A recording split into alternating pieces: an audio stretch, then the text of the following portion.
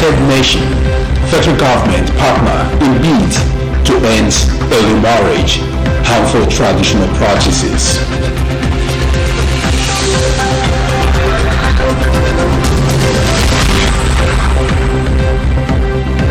Nigeria celebrates 2019 Nobel Day.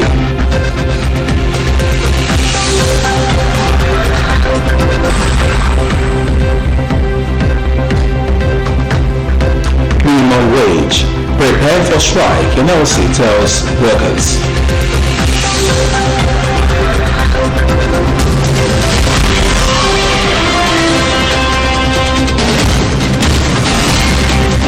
Brazil friendly test to measure our progress, says Brown.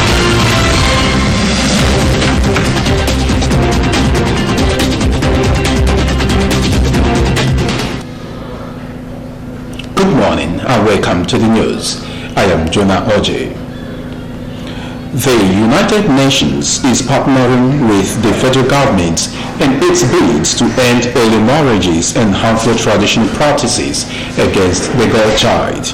It says that across the world, that for a country to realize its full potential, it has to invest in the girl child. The United Nations intend to work with leaders and traditional leaders to ensure that changes happen not just in Nigeria but across Africa. The United Nations country representative to Nigeria, Comfort Lapte, stated these are the Girl Child Concerns 1 Million Girls March for free and compulsory secondary school education for all girls in Abuja. The Minister of Women Affairs, Pauline Tallinn, who took part in the march, urged Nigerians to support the fight of ensuring free and compulsory education for all girls across the nation. She added that they condemn early marriage, violence against women.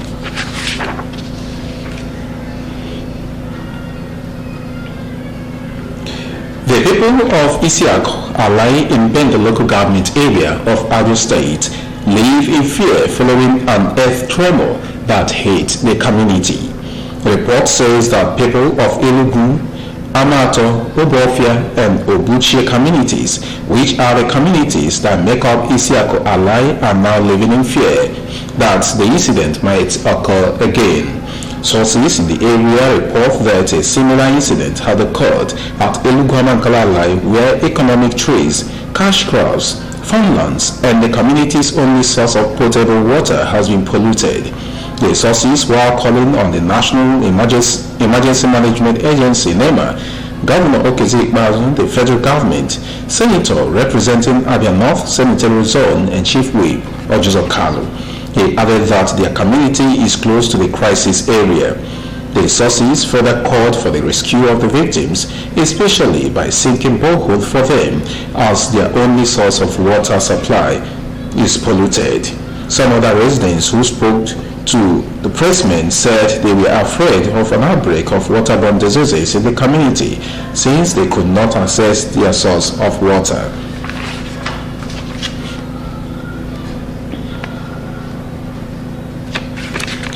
Anambra Alliance has commended Governor Willie Obiano on the historic launch of the digital security architecture, noting that if well managed, will maintain Anambra's preeminence as the safest states in the country. The group, which is an assemblage of eminent Anambra citizens and friends of Ndi Anambra, is delighted that this action by the governor will open a floodgate of investment into the state.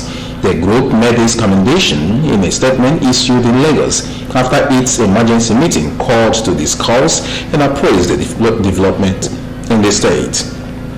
The representatives of Anambra Alliance at the briefing, Emeka Okoli and Chidi Nwafo, gladly notes that the due emphasis on local sources of equipment such as in-housing vehicles. He advised the Anambra state government to ensure that the scheme is backed up with sufficient manpower and further domestication of the technology for crime fighting. He also called on other governors to emulate Obiano's worthy and innovative example in their own efforts to make their respective states crime-free. A A lost gun belonging to a soldier in the Ebonyi State Governor David Umahi convoy has been recovered. The gun had gone missing when the governor's convoy attempted to pass through the Onitsha local government area of the state last week. Umahi's convoy was recently reported to have run into a roadblock at Eweki at about 12 p.m. He stated that one of the soldiers in his convoy had, in the course of inquiring what led to the roadblock, lost his gun. He urged journalists in the state to approach their job with professionalism.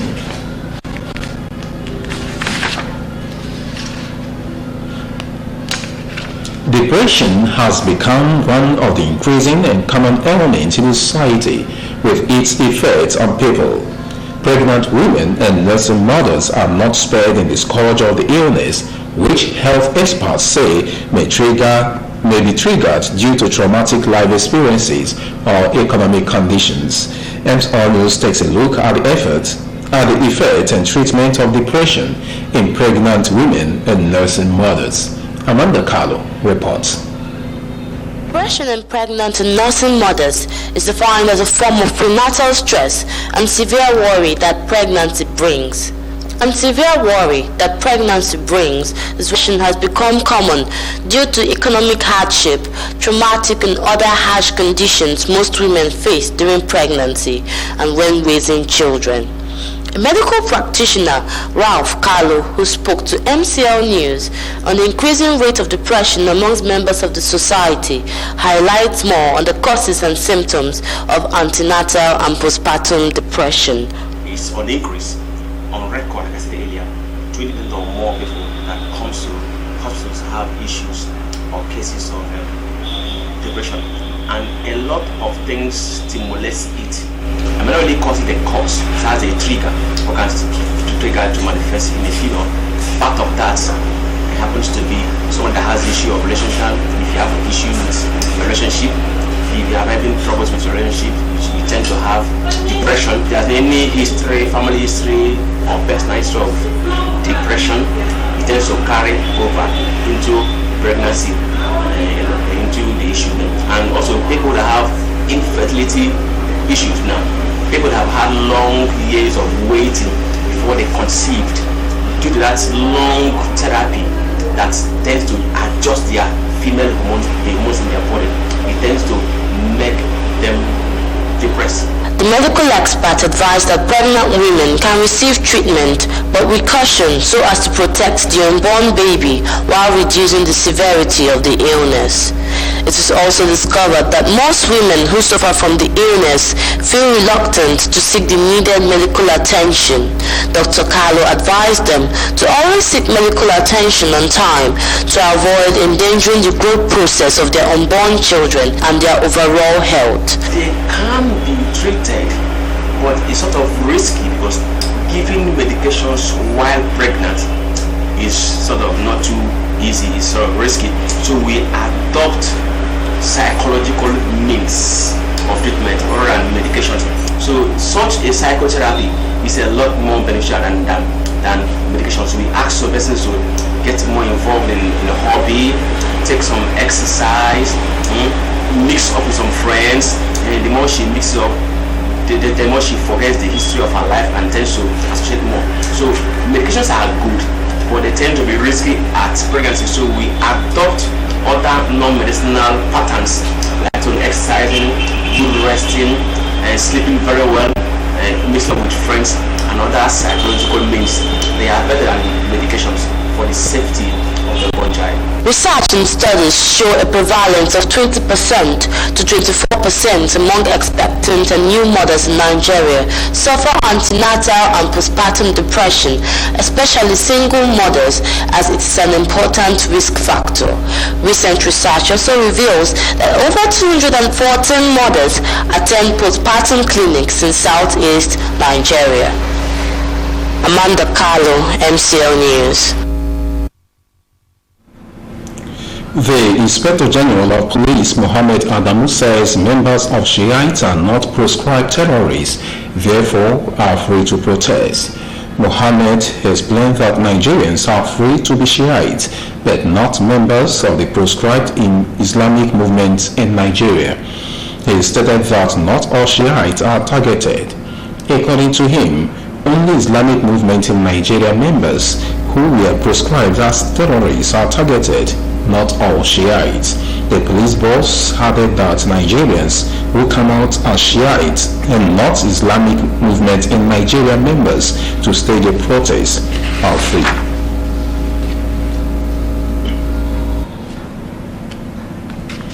Military retirees in the country have urged the federal government to upgrade the Veterans Affairs Division in the Ministry of Defense to a full-fledged ministry to cater for their welfare. The retirees made a call in a communique issued to newsmen on Saturday in Abuja at the end of a 3-day retreat on unification of military veterans associations. They called on government at all levels to exploit the untapped resources that abound in them. The veterans said that they had resolved to operate under one umbrella body known as Veterans Federation of Nigeria. They pledged loyalty to the government and readiness to contribute to national security and development, and called on the Ministry of Defense and Defense Headquarters to develop a database for them. They said such database should detail their strength, areas of specialization and experience for the purpose of re-engagement.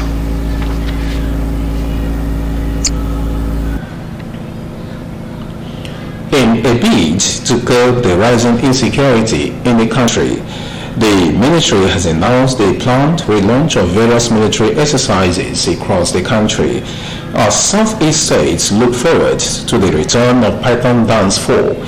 A cross-section of our residents have bared their minds on the issue. Isidorafo reports.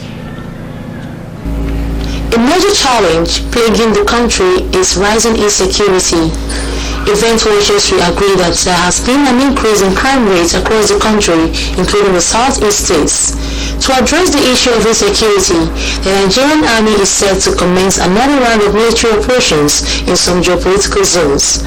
The operations are codenamed Python Dance 4, Crocodile Smile 4, Ayem Apatuma 2, among others.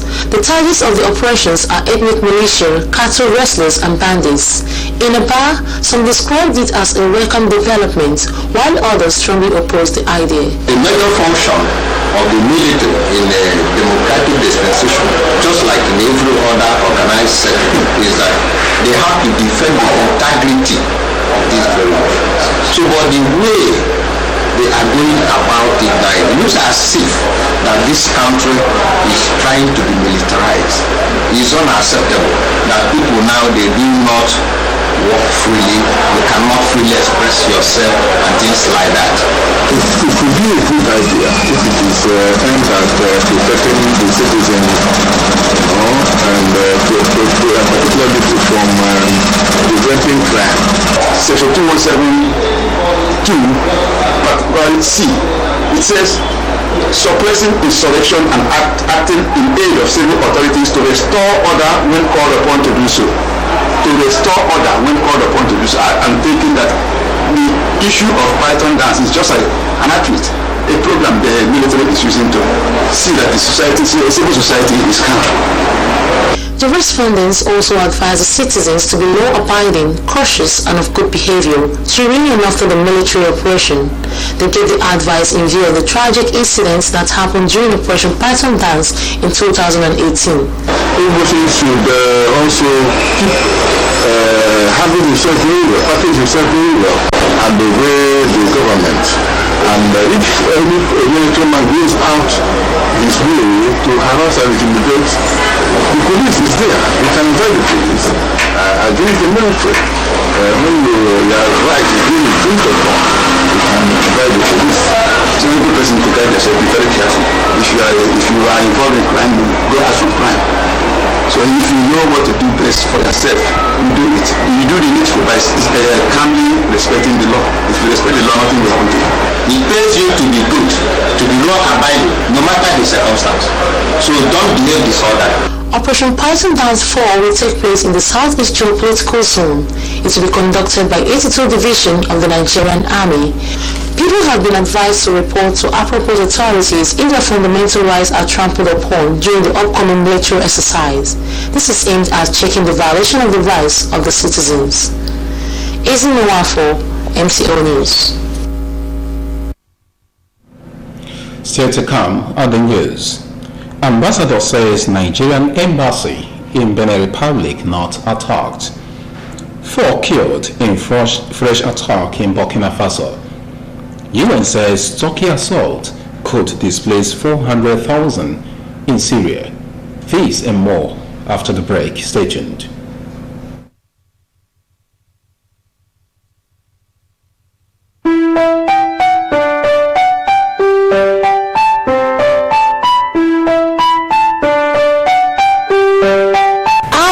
Is 10 years of your favorite program, Good Morning Abia, where we bring you honest, no-host-bird and up-to-date information on happenings in other states. To celebrate, we will play host to the Honorable Commissioner for Information live in our studios on Monday, 14th October 2019 at 8 a.m. prompt. It promises to be fun, explosive, and above all insightful as he attempts to answer the leading questions on our dear state. Do you have questions? Feel free to send them by SMS or WhatsApp to 0803 300-3356 or call in live during the program on 081-774-57728. Audience is a right to seek answers. It's our pleasure to provide you the platform. MCL, the world in your home.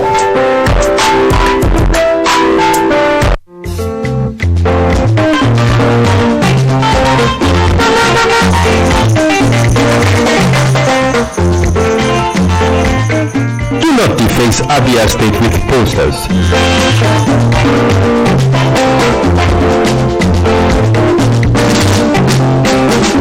Do not defecate on our streets. Do not litter Abia State.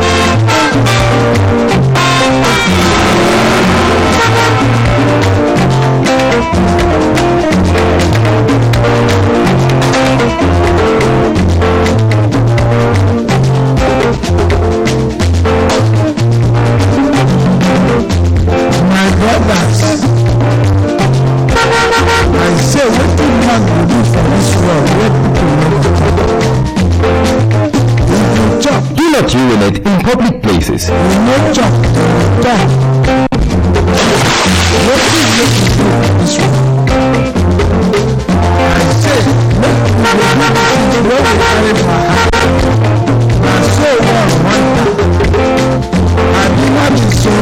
Keep Abia State clean. This message is brought to you by MCLtv.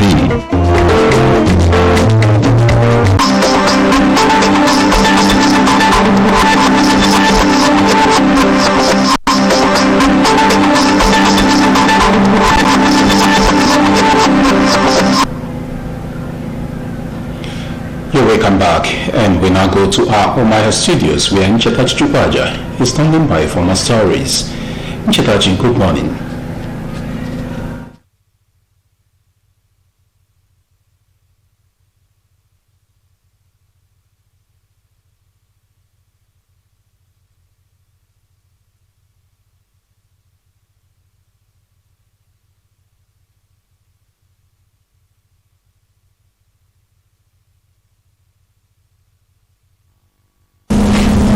Good morning to you too, Jonah, and welcome to Umaya.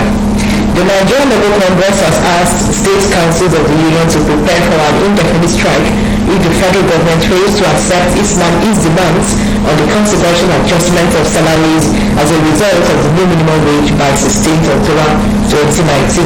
NLC's position was contained in a letter signed by its General Secretary Emmanuel Ugwaja and made available to reporters in Abuja on Sunday.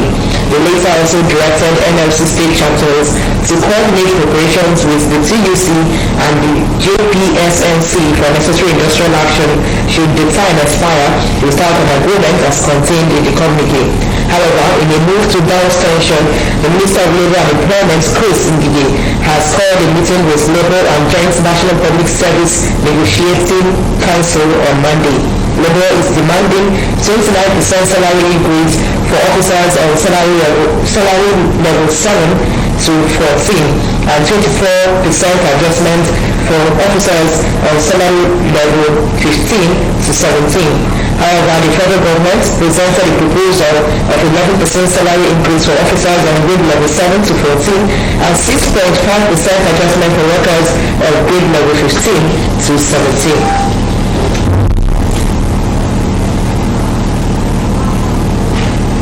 The wife of the president, Mrs. Aisha Buhari, has returned to the country on Sunday after a long holiday in the United Kingdom.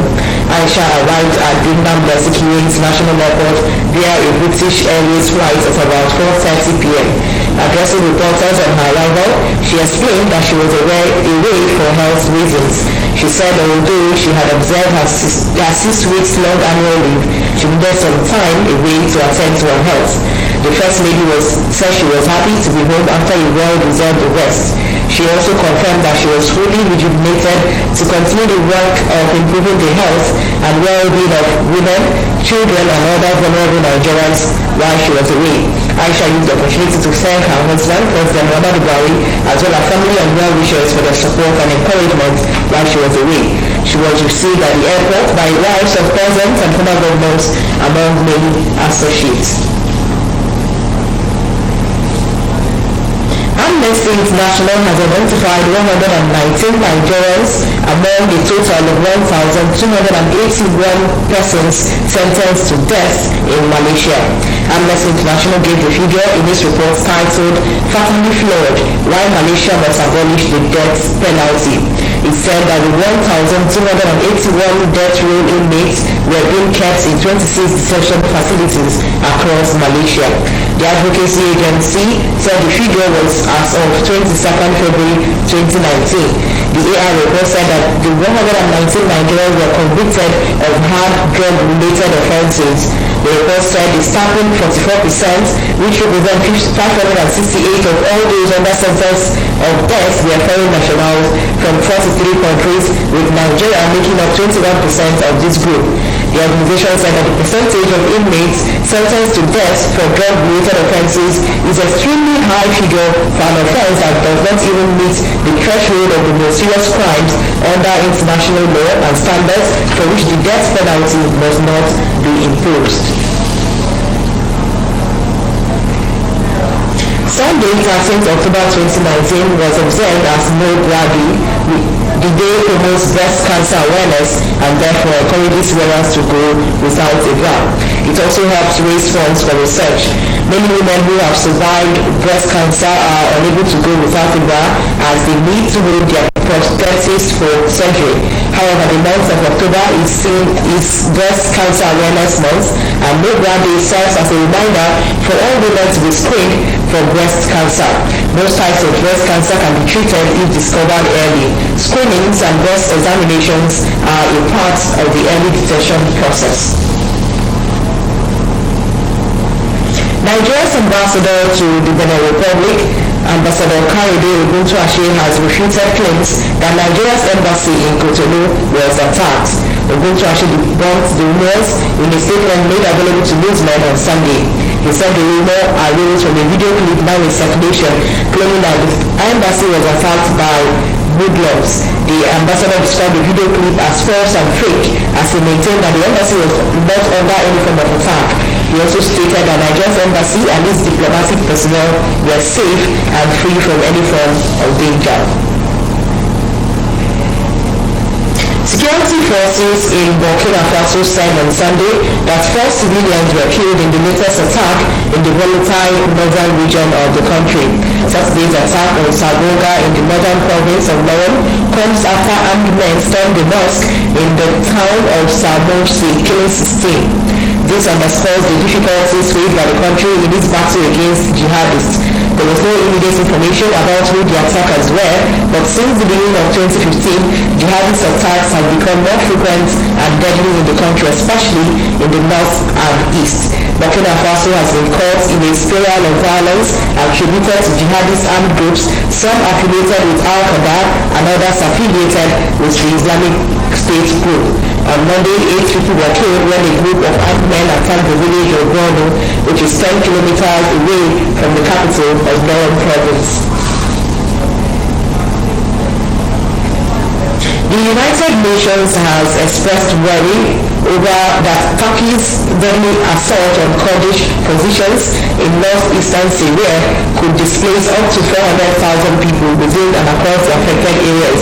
The UN said on Sunday that the assault has so far forced 130,000 people to flee their homes. Jens Laerke, a spokesman for the UN humanitarian agency, made this known in an email sent to AFP. The UN had said on Friday that some 100,000 people have been forced to flee their homes since the beginning of Turkey's military incursion on Wednesday after US President Donald Trump ordered American troops to pull back from the border. But by Sunday, it warned of further displacement from rural areas around Tel Aviv, with latest estimates surpassing 130,000 people. Most of the displaced had reached relatives or host communities, but growing numbers were arriving at collective shelters, including in schools. The UN warned of the impact of any further escalation of Turkey's offensive or of sudden shifts in control over territory. And that's our contribution this morning from our Omaha studios. Now back to you, General Genova, for the rest of the news. I am Uchetachi Chukwaja.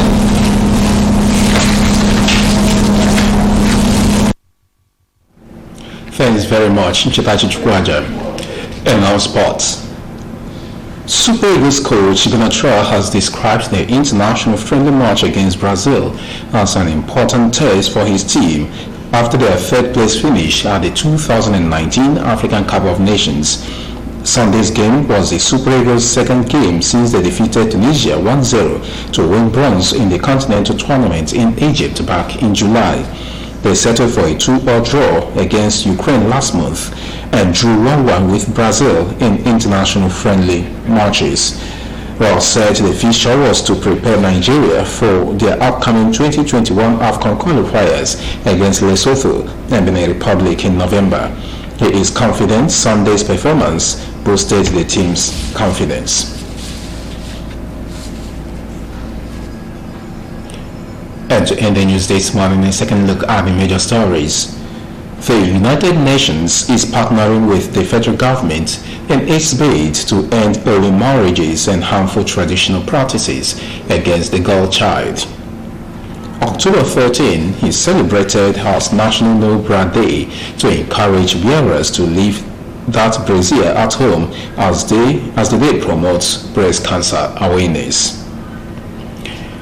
The Nigerian Labour Congress has written a letter to state councils of the union to prepare for an indefinite strike if the federal government fails to accept its demand on the consequential adjustment of salaries as a result of the new minimum wage by October 16, 2019.